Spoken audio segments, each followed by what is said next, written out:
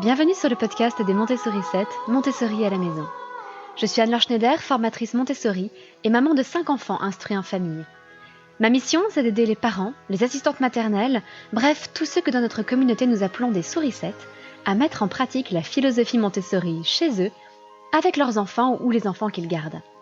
Dans ce podcast, nous parlerons donc de pédagogie Montessori, mais aussi de discipline positive, d'instruction en famille, ce que l'on appelle aussi l'école à la maison, de co-schooling et de bien d'autres choses encore. Il faut que je vous prévienne, je n'ai aucune action chez IKEA. Mais je dois avouer qu'on y trouve énormément de choses utiles pour mettre en place la pédagogie Montessori chez soi. C'est pourquoi je vous propose aujourd'hui de faire un petit tour de ce que vous pouvez trouver chez IKEA, aussi bien pour aménager votre maison de façon Montessori, c'est-à-dire en permettant davantage d'autonomie pour vos enfants, ou bien en installant chez vous un coin nido pour votre bébé, ou si vous êtes assistante maternelle pour les bébés que vous gardez, pour proposer des activités de vie pratique, spécifiquement, parce que c'est vrai que les activités de vie pratique reposent sur du matériel qui n'est pas spécifiquement montessorien, mais qui est du matériel de la vie quotidienne, ou alors en pratiquant l'instruction en famille, et à ce moment-là, pour aménager réellement un coin de travail montessorien à la maison. J'insiste en préalable à cet épisode sur le fait que la pédagogie Montessori, ça n'est pas que le matériel Montessori. C'est avant tout un mode de vie qui a pour but d'encourager l'autonomie de l'enfant au quotidien. Et c'est pour cela que vous pouvez très bien constituer du matériel Montessori à partir d'objets de la vie de tous les jours, de choses que vous pouvez trouver en supermarché, de choses que vous pouvez trouver en brocante, etc. Même si, bien entendu, il y a un certain matériel Montessori scientifique que, pour le coup, vous ne trouverez que dans des boutiques spécialisées. Je pense par exemple aux emboîtements cylindriques, qu'on appelle aussi les blocs de cylindres, à, le cube du binôme par exemple, des choses comme ça. Mais vous pouvez quand même utiliser beaucoup de choses de la vie quotidienne pour adopter une approche montessorienne dans votre quotidien. Et très honnêtement, on peut peut-être sans doute critiquer IKEA pour beaucoup de choses, mais j'avoue qu'on y trouve beaucoup de choses à petit prix, malgré tout de bonne qualité, de qualité suffisante en tout cas, pour une pratique Montessori à la maison. Et au fur et à mesure des années, je vais chez IKEA à peu près une fois par an, et à chaque fois, j'y trouve de nouvelles choses qui peuvent compléter notre salle de classe Montessori, et j'espère que ça pourra également vous inspirer. Donc je vais partager avec vous mes petits coups de cœur de chez IKEA, mais je n'ai pas forcément m'embêter à vous donner tous les noms suédois à coucher dehors. Donc, pour les références de tout ce dont je vous parle, je vous renvoie à mon blog. Vous verrez en plus les photos de ce dont je parle. Je vais juste, dans ce podcast, à l'oral, évidemment que je ne peux pas vous montrer d'images, simplement évoquer avec vous les choses que vous pouvez trouver chez IKEA. Également pour vous ouvrir l'esprit. C'est-à-dire que parfois, il y a des choses que l'on va peut-être détourner de leur utilisation primaire et pour les utiliser dans un contexte plus académique et plus montessorien. Alors commençons par tout ce qui relève de la vie quotidienne, comment aménager votre maison de façon Montessori. L'une des toutes premières choses que vous pouvez faire pour favoriser l'autonomie de vos enfants, c'est de leur permettre d'accéder à des choses qui sont généralement trop hautes pour eux. En particulier, je n'ai jamais vu dans une vraie maison de petites toilettes à hauteur d'enfant, de petits lavabos à hauteur d'enfant. Nous avons dans nos maisons généralement des toilettes, des lavabos ou des plans de travail qui sont faits pour des adultes, qui sont beaucoup trop hauts. Alors il y a plusieurs modèles de marchepied chez IKEA qui peuvent permettre à vos enfants d'accéder aux choses qui sont plus hautes. J'en utilisais en particulier à la maison pour permettre l'accès aux toilettes, combiné avec un rétrécisseur de toilettes. En général, lorsque mes enfants commencent à manifester un intérêt pour la continence et pour le fait d'aller sur les toilettes, je leur propose à la fois le pot et un rétrécisseur de toilette. Certains de mes enfants ont toujours préféré le pot, d'autres le rétrécisseur. Mais le rétrécisseur n'a de sens que s'ils peuvent grimper sur les toilettes, donc il leur faut un marchepied. Ça nous aide aussi pour accéder aux lavabos, qui sont un peu trop hauts. Et puis IKEA propose un marchepied, donc nous utilisons le classique en plastique, qui n'a rien d'extraordinaire, mais qui est petit, peu encombrant et répond à sa fonction, disons. Mais il en existe aussi en bois qui sont un petit peu plus jolis. Et il y a un type de marchepied qui est particulièrement intéressant, qui s'appelle le Bekvam, et que j'ai combiné à la maison. J'en ai acheté 2 que j'ai combiné pour réaliser une tour d'observation. Alors d'ailleurs, pour ceux qui suivent ma formation Aménager sa maison Montessori, je vous donne tout le tutoriel en vidéo pour fabriquer votre propre tour d'observation Montessori, ce qui permet aux enfants d'observer ce que vous faites et de participer avec vous à la cuisine au niveau des plans de travail, tout en étant sécurisés avec une barrière tout autour d'eux. C'est donc particulièrement intéressant dans la cuisine, mais ça peut aussi être pour accéder à par exemple, la table principale chez vous. Ça permet à l'enfant d'observer et de participer à vos activités de la vie quotidienne. Un autre élément intéressant, ce sont les fontaines à eau. Alors j'en avais une qui n'existe plus aujourd'hui, qui est un petit peu plus jolie que celle qui existe aujourd'hui.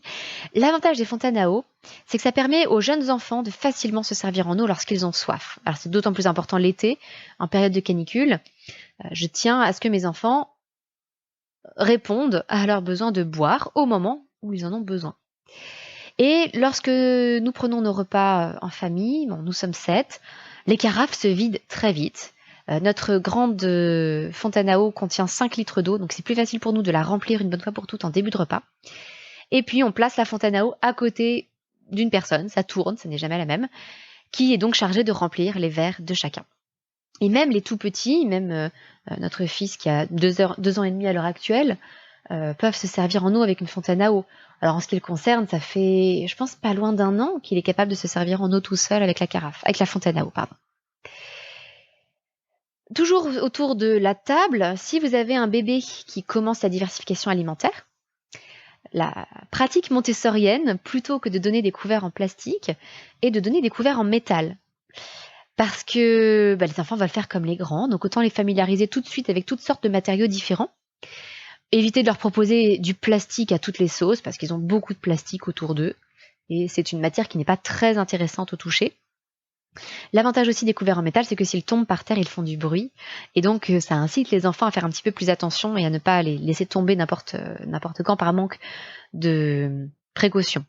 Et justement, chez Ikea, vous pouvez trouver un ensemble de petits couverts qui sont adaptés aux jeunes enfants et qui, pour le coup, sont en métal. Alors, il y a également beaucoup de gadgets très ludiques dans l'univers de la cuisine et qui peuvent aider les enfants à participer à la préparation des repas. Il y a par exemple un coupe-pomme chez Ikea, alors nous en avons un qui vient d'ailleurs chez nous, mais c'est quelque chose que nous utilisons à la maison pour que les enfants puissent prendre leurs pommes, ou d'autres fruits même, en autonomie au moment du dessert ou pour un goûter. Et je vous avoue qu'en fin de repas, donc nous avons 5 enfants, c'est quand même très pratique de ne pas avoir à préparer des pommes pour 5 enfants. Là, ils sont totalement autonomes, ça coupe à la fois le trognon et puis la pomme ensuite en quartier. Il existe bien sûr d'autres petits gadgets que j'aime bien utiliser. Alors on peut les utiliser dans des écoles Montessori, comme des ateliers de préparation culinaire. En ce qui me concerne, chez nous, c'est plutôt pour préparer le repas, tout simplement.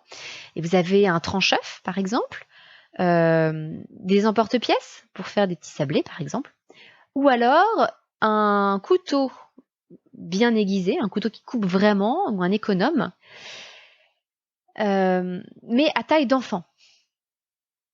Tout ça, ce sont de vrais outils. Ce ne sont pas des jeux de dinette, attention, parce que autant que possible, on va essayer, quand on est montessorien, de privilégier la vie réelle aux jeux d'imitation. Alors vous serez peut-être surpris que je parle de mettre un vrai couteau de cuisine qui coupe dans les mains de jeunes enfants. Donc petite parenthèse là-dessus, en fait tous les chefs de cuisine vous le diront, sous bonne surveillance, un couteau bien aiguisé et qui coupe bien est en fait beaucoup moins dangereux qu'un couteau sur lequel il faut forcer et avec lequel le geste risque de déraper très facilement. C'est là qu'on se blesse. Donc il faut faire évidemment très attention à la sécurité, et puis confier ce type de couteau placer ce type de couteau à l'abri des enfants quand nous ne sommes pas juste à côté pour les superviser. Mais honnêtement, si on leur apprend à s'en servir correctement, ça reste le choix le plus sécuritaire. On peut très bien leur apprendre à faire un petit tunnel avec leurs mains au-dessus du couteau pour être sûr que les doigts soient hors du trajet de la lame et qu'ils ne risquent pas de se couper. Alors dans un autre ordre d'idées, pour revenir à la table du repas ou simplement aux envies de collation pendant la journée, j'aime bien proposer aux enfants des pichets qui soient adaptés à leur taille et à leur force pour se servir de l'eau tout seul. On peut se servir de l'eau, on peut aussi leur préparer un pichet de lait ou de jus d'orange par exemple pour le matin. Alors chez nous, on utilise ce qui est en fait chez Ikea prévu pour être un vase qui s'appelle Soccer Art. Et il existe en différentes tailles. Et la petite taille est une bonne solution, je trouve, pour que des enfants entre 3 et 5 ans puissent se servir de l'eau facilement. On va se servir, à l'inverse de la grande version de ce vase, dans la salle de bain, cette fois-ci, pour leur permettre de se verser de l'eau dans un saladier. C'est-à-dire qu'on utilise un système qui est un peu plus proche du broc et de la cuvette pour pouvoir se laver les mains. Et ça fonctionne très bien. Donc on leur remplit le grand vase, le grand pichet d'eau, et ils peuvent ensuite se laver les mains dans un saladier. Alors, il faut dire que chez nous, nous avons installé un petit coin salle de bain spécialement pour les enfants, à leur hauteur, de façon à ce qu'ils puissent se débarbouiller même sans accéder au lavabo. Tout ça, ce sont d'ailleurs des choses que je vous présente dans ma formation « Aménager sa maison Montessori ». Toujours pour aménager un petit coin salle de bain comme ça n'est pas ce que nous avons fait, mais vous pourriez utiliser un panneau perforé qui s'appelle Snicra chez Ikea, et sur lequel vous pouvez placer leur brosse à dents, le dentifrice, leur peigne, leur brosse à cheveux, et vous pouvez même rajouter un petit sablier, par exemple pour chronométrer les 3 minutes qui sont nécessaires pour un bon brossage des dents. Il y a aussi un petit miroir que vous pouvez rajouter pour que votre enfant puisse se voir et se préparer, prendre soin de lui-même, parce que c'est très important dans la vie pratique montessorienne d'apprendre aux enfants à prendre soin d'eux-mêmes. Mais au-delà de la vie quotidienne, vous pouvez aussi installer un véritable coin Montessori. Alors si vous le faites pour votre bébé, c'est ce qu'on va appeler un coin nido. Le nido, c'est pour les enfants qui ne marchent pas encore. Et puis on passe ensuite à la communauté enfantine pour les petits de moins de 3 ans, mais qui savent marcher de façon assurée. Alors comment installer votre coin nido ? Là encore, Ikea peut vous aider parce qu'il y a un grand tapis de gymnastique qui existe, qui est assez ferme. Et c'est formidable pour l'installation de base d'un coin nido. Parce qu'il faut que l'enfant puisse évoluer sur un tapis justement assez ferme pour se retourner, pour ramper, sans trop s'enfoncer dans quelque chose de mou. Alors ce fameux tapis de chez Ikea, il en existe en plusieurs couleurs, mais à chaque fois il est un petit peu bariolé, c'est-à-dire qu'il y a un dégradé de couleurs dessus, des couleurs parfois assez vives, comme ça peut surstimuler l'enfant, le tout petit, qui a besoin de peu de stimulation. Et puis que par ailleurs, je trouve ce tapis assez difficile à nettoyer si l'enfant régurgite dessus, parce que les régurgitations sont assez grasses, assez embêtantes, je trouve, à nettoyer. Personnellement, je préfère recouvrir le tapis d'un plaid de couleur claire et unie pour que ça ne stimule pas trop l'enfant. Il y en a justement aussi chez Ikea. Alors, il faut trouver un plaid évidemment de la bonne taille ou éventuellement... Alors, le plaid que je vous propose fait la bonne taille, mais je sais que certaines personnes aiment bien installer 2 tapis côte à côte dans leur nido pour augmenter l'espace d'évolution du bébé. Alors là, évidemment, il faudra 2 plaids, sinon ça ne tiendra pas. Et à ce moment-là, je mets le plaid simplement dans la machine quand il y a des régurgitations dessus. C'est ma préférence. Je sais que d'autres familles, au contraire, préfèrent laisser le tapis sans couverture par-dessus. Alors, tout coin nido comprend aussi un miroir, parce que ce miroir a pour but d'encourager le bébé à lever et à tourner sa tête. Et en plus, ça lui permet de voir tout l'espace qui l'entoure, quel que soit le sens dans lequel il se tourne. Puisque même s'il se tourne vers le miroir, il va pouvoir voir ce qui est derrière lui.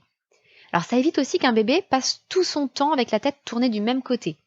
Donc si vous avez un bébé qui a tendance à toujours tourner sa tête du même côté, il peut avoir une espèce de petit torticolis, de petite tension d'un côté du cou, eh bien c'est intéressant de placer un miroir, puisqu'à ce moment-là, il y a quelque chose à voir des 2 côtés. Et si vous vous rendez compte que votre bébé se tourne plus souvent vers le miroir parce qu'il est attiré par son propre visage, eh bien à ce moment-là, vous pouvez tourner l'enfant sur son tapis. Alors, il y a un miroir chez Ikea que nous ne pouvons pas nous utiliser chez nous parce qu'il est trop large. Notre coin nido est dans un espace mansardé, mais il serait très bien pour des espaces dans une pièce normale qui ne serait pas mansardée. Et nous avons de notre côté des petits miroirs carrés qui n'existent plus malheureusement chez Ikea, mais qui nous ont fait bien de l'usage. Alors attention simplement au miroir, à bien le fixer de façon très solide et à toujours surveiller votre enfant, parce que ce ne sont pas des miroirs à verre de sécurité. Et certains enfants peuvent être tentés d'attraper un objet pour le frapper contre le miroir. Alors évidemment, il faut les surveiller et absolument les en empêcher. Enfin, il y a un dernier élément important pour le nido, c'est une étagère. L'idéal est qu'elle ne dépasse pas 45 cm de haut, ce qui peut permettre à l'enfant de s'appuyer dessus pour se mettre debout. Alors justement, c'est là où je vous invite parfois à détourner les choses Montessori, les choses Ikea, pardon. Il y a un banc télé qui s'appelle Lac et qui fait parfaitement l'affaire pour servir de petite étagère pour les plus petits. Et à ce moment-là, le prix défie toute concurrence, je crois qu'il est autour de 10 €, il me semble, ou peut-être 15 €, j'ai un petit doute. Il faut simplement bien fixer cette étagère au mur. C'est d'ailleurs prévu, par IKEA, il y a toujours les fixations, pour éviter que ça ne bascule si l'enfant s'appuie dessus. Le but est que ce soit suffisamment solide. Et une fois que vous avez fixé ces étagères au mur, vous pouvez disposer dessus des petits paniers ou des plateaux Montessori en libre accès pour le bébé qui peut se déplacer et qui pourra travailler même à l'étagère. Chez des tout petits, on peut permettre un travail à l'étagère. Alors parmi ces paniers, on va proposer des paniers autour du langage. Et pour cela, chaque panier va avoir un thème spécifique et vous pouvez avoir par exemple un panier avec une série d'objets liés à la cuisine. L'idéal étant d'utiliser des objets réels du quotidien. Ça remporte toujours un grand succès auprès des bébés parce qu'ils s'efforcent de comprendre leur utilité, d'apprendre à les manipuler et puis plus tard, on pourra apprendre leur nom à l'oral, évidemment, parce qu'on parle de tout petit là. Alors vous pouvez très bien utiliser les fameux petits couverts dont je vous parlais aussi pour une utilisation au quotidien. Et il y a toute une série de vaisselles qui est considérée comme des jeux chez Ikea, mais qui en fait sont des objets réels, qui s'appelle la série Ductic. Alors dedans, vous avez des ustensiles de cuisson, vous avez des spatules, des pinces, des louches. Tout ça à taille d'enfant, mais réel, en métal, en céramique, etc. Et vous avez tout un service aussi de bols et d'assiettes. Donc tout ça, ça peut fournir des éléments réalistes pour compiler un petit panier thématique sur la cuisine. Bien entendu, vous allez aussi pouvoir travailler avec les enfants un peu plus grands sur des objets réels et leurs parallèles sous forme de jouets, ce qu'on appelle des répliques. Ça va être intéressant parce que pour nous adultes, ça paraît une évidence d'associer un objet réel à une réplique en 3 dimensions. Mais en fait, c'est une compétence qui se travaille et qui s'acquiert justement lorsque l'enfant est tout petit. Donc vous pouvez utiliser pour ça des fruits et légumes Ductig, ou il y a un panier de courses qui existe également chez Ikea. Et ça va être l'occasion donc de travailler la mise en paire entre de vrais fruits frais, par exemple, et les fruits Ductig, ou de travailler le langage oral en travaillant le nom de chacun de ces objets. Et vous pouvez aussi travailler la mise en paire en achetant 2 sets de fruits ou de légumes en tissu et de demander à l'enfant de mettre en paire la banane avec la banane, l'ananas avec l'ananas, etc. Alors pour présenter ces paniers liés au langage, j'aime beaucoup, il y a un ensemble de 3 boîtes rondes qui s'appelle Kvartvik chez Ikea. Encore une fois, allez voir l'article, vous verrez la photo, vous verrez le nom, il y aura le lien, ce sera beaucoup plus facile à suivre. Donc ce sont des petits paniers en tissu qui sont jolis, des boîtes rondes, et vous pouvez par exemple préparer un panier avec des vêtements, un panier avec des objets de la salle de bain, un autre avec des objets exclusivement jaunes, etc.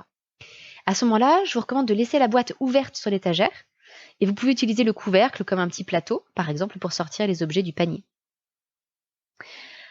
Dernièrement, n'oubliez pas dans un nido qu'il est très important d'aider le tout petit à développer son sens visuel.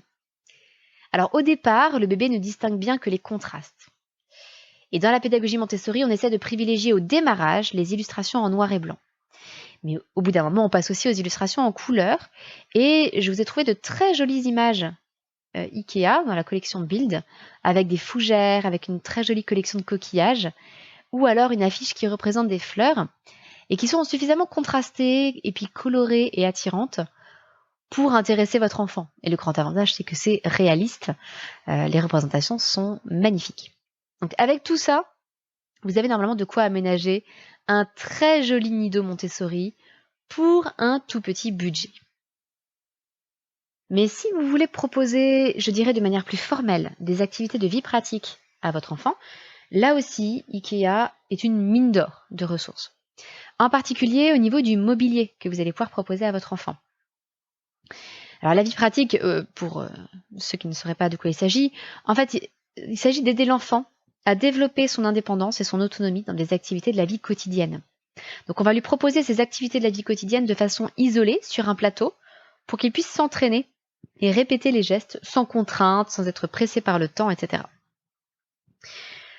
Alors, pour cela, il faut installer un espace de travail. Et comme je vous l'ai dit pour les plus petits, on peut utiliser le banc TV Lac, qui peut encore être utilisé même après le nido. Mais pour pouvoir gagner un petit peu de place, ce que je recommande généralement à toutes mes stagiaires, ce sont les étagères Billy, qui sont assez efficaces, disons au niveau de la gestion d'espace, surtout qu'on peut rajouter des étagères, ce que j'ai fait sur la plupart des miennes. Les enfants étant un petit peu plus grands, ils peuvent aussi accéder à des étagères plus hautes, et ça peut permettre d'échelonner, de mettre le matériel pour les plus jeunes vers le bas, le matériel pour les plus grands vers le haut. Enfin, pour travailler au niveau d'une table et d'une chaise, de la même façon, j'aime beaucoup la toute petite table LAC. Elle est tellement peu chère que vous allez sans scrupule oser scier les pieds de la table pour la mettre à hauteur d'enfant, ce qui est quand même précieux. Et il y a une petite chaise que je trouve très jolie qui s'appelle Critter, qui est très solide aussi parce qu'on a les mêmes chaises depuis 12 ans, je pense. Et elles tiennent parfaitement. Alors là aussi, vérifiez simplement qu'elle est suffisamment basse pour votre enfant. Parce qu'il faut que votre enfant puisse s'asseoir et avoir les 2 pieds bien à plat par terre. Maintenant que le mobilier est prêt, il y a plusieurs activités que vous pouvez proposer à votre enfant. Et l'une des séries d'activités de vie pratique qui remporte le plus de succès, c'est celle des versets.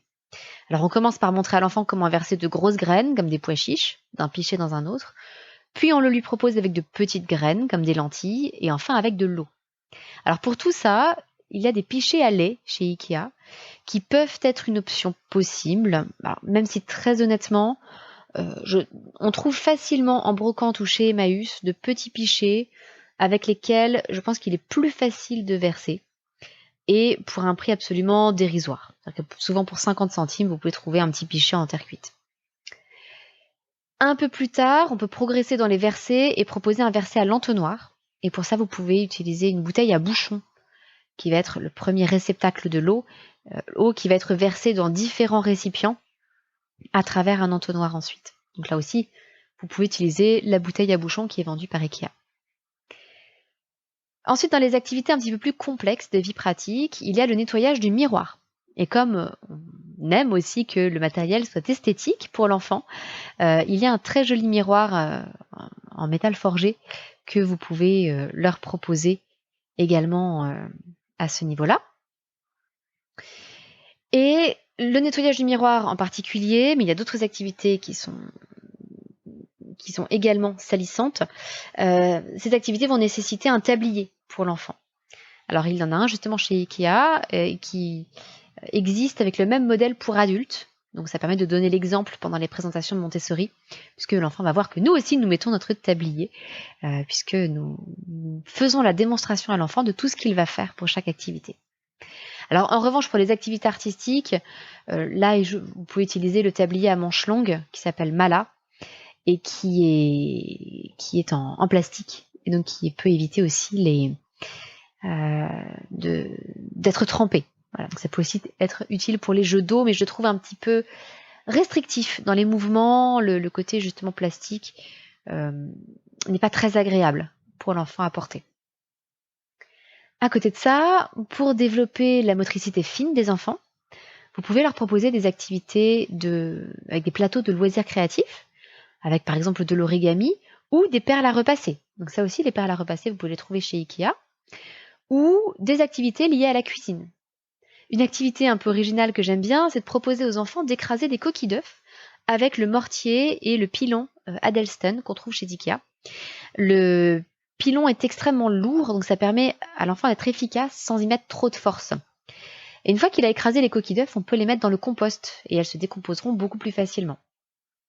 Alors c'est essentiellement comme ça qu'on l'utilise à la maison, mais vous pouvez aussi utiliser le mortier pour écraser des herbes ou des épices et faire en même temps une véritable expérience sensorielle. Alors toujours dans la cuisine, je vais vous parler pour le nido de petits matériels qui existent en termes de cuisine, mais tout ce qui est un petit peu gadget de cuisine, ça va être aussi très apprécié par les jeunes enfants. Le double avantage, c'est que ça permet de préparer à manger, mais aussi de développer la motricité fine, et du coup de préparer la main aux futurs gestes d'écriture. Alors parmi mes chouchous, il y a un set de décoration de fruits qui peut faire travailler le poignet, puisqu'en cherchant par exemple à faire des billes de melon, etc., on fait beaucoup travailler le poignet qui va se muscler.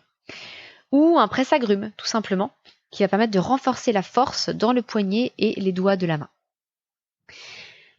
Et surtout, l'activité phare pour moi de la vie pratique autour de la cuisine, il s'agit de la confection du pain. Les enfants aiment énormément faire du pain. Et pour ça, il y a un lot de 2 cuillères chez Ikea qui sont des cuillères plates à farine que je trouve assez pratique pour transvaser de la farine sans en mettre trop partout. Il y en aura quand même à côté, mais moins que si vous utilisez une grande cuillère.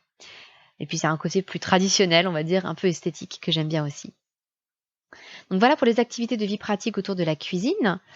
Mais et puis, n'oubliez pas le tranche-œuf et tout ça dont je vous parlais pour aménager sa maison Montessori. Mais le jardinage est aussi souvent un franc succès, même si tout le monde n'a pas un jardin. Alors, même si vous n'avez pas de jardin, ne vous découragez pas et vous pouvez utiliser une jardinière, tout simplement, pour que l'enfant puisse planter des choses et en prendre soin au quotidien. C'est important pour prendre soin de son environnement et apprendre à s'intéresser au vivant. Alors, voilà pour la vie pratique. Mais si vous pratiquez de l'instruction en famille ou le co-schooling Montessori, vous allez avoir besoin d'un petit peu plus de matériel et de matériel peut-être aussi autour du langage, du calcul, des arts, etc. Alors même si là justement il va vous falloir davantage du matériel spécifiquement Montessori, il y a quand même des choses qu'on peut adapter chez Ikea. Déjà pour organiser son espace de travail. Alors c'est un thème d'ailleurs qu'on a abordé dans l'accompagnement parentalité et UF Montessori que je propose. C'est une communauté sur abonnement mensuel et chaque mois on explore un nouveau thème et l'un des thèmes qu'on a abordé c'est l'organisation de l'espace de travail. Comment maintenir l'espace rangé, avec les grandes lignes directrices pour aménager son espace, une liste d'activités dans chaque domaine avec ce qui est vraiment indispensable pour proposer l'essentiel de la pédagogie Montessori dans chaque domaine. Et puis j'ai fait une petite visite guidée expliquée de notre espace à nous-mêmes au moment où on pratiquait l'instruction en famille.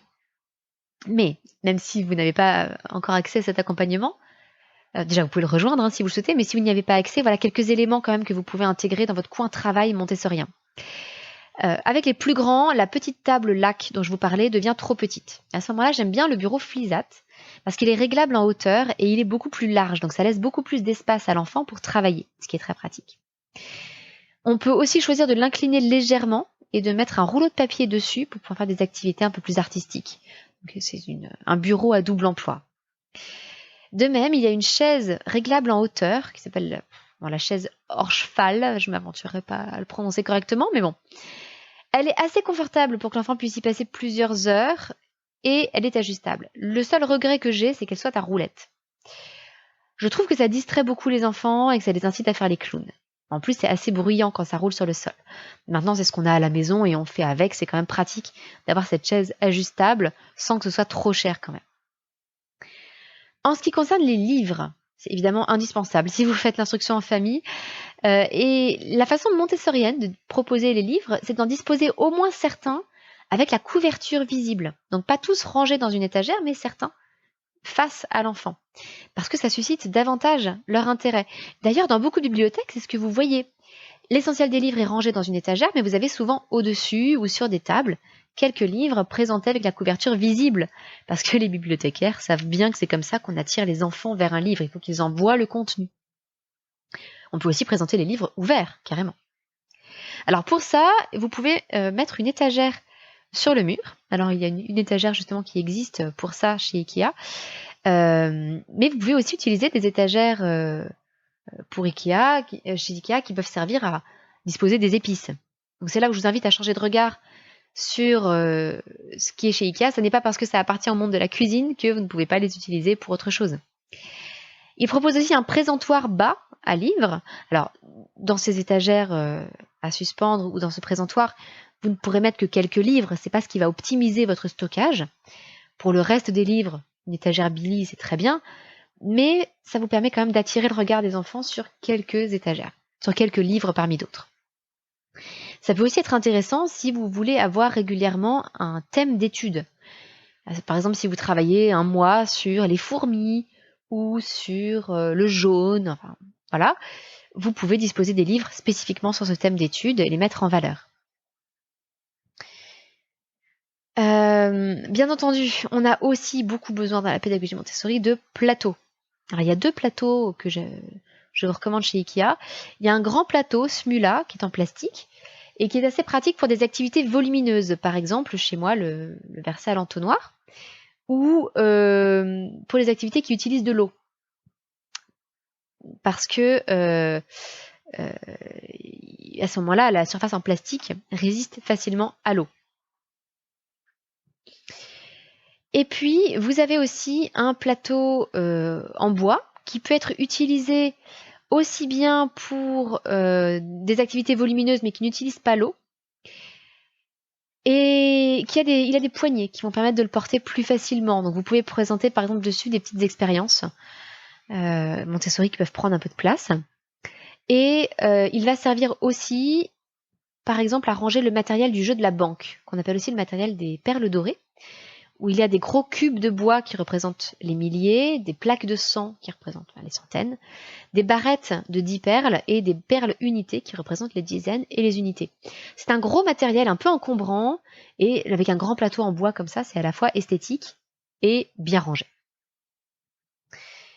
Toujours pour ce matériel de la banque et des perles dorées, j'utilise en ce qui me concerne les dessous de verre Ikea qui sont en liège et qui permettent de contenir ces petites perles unités qui peuvent rouler facilement sur les plateaux sinon.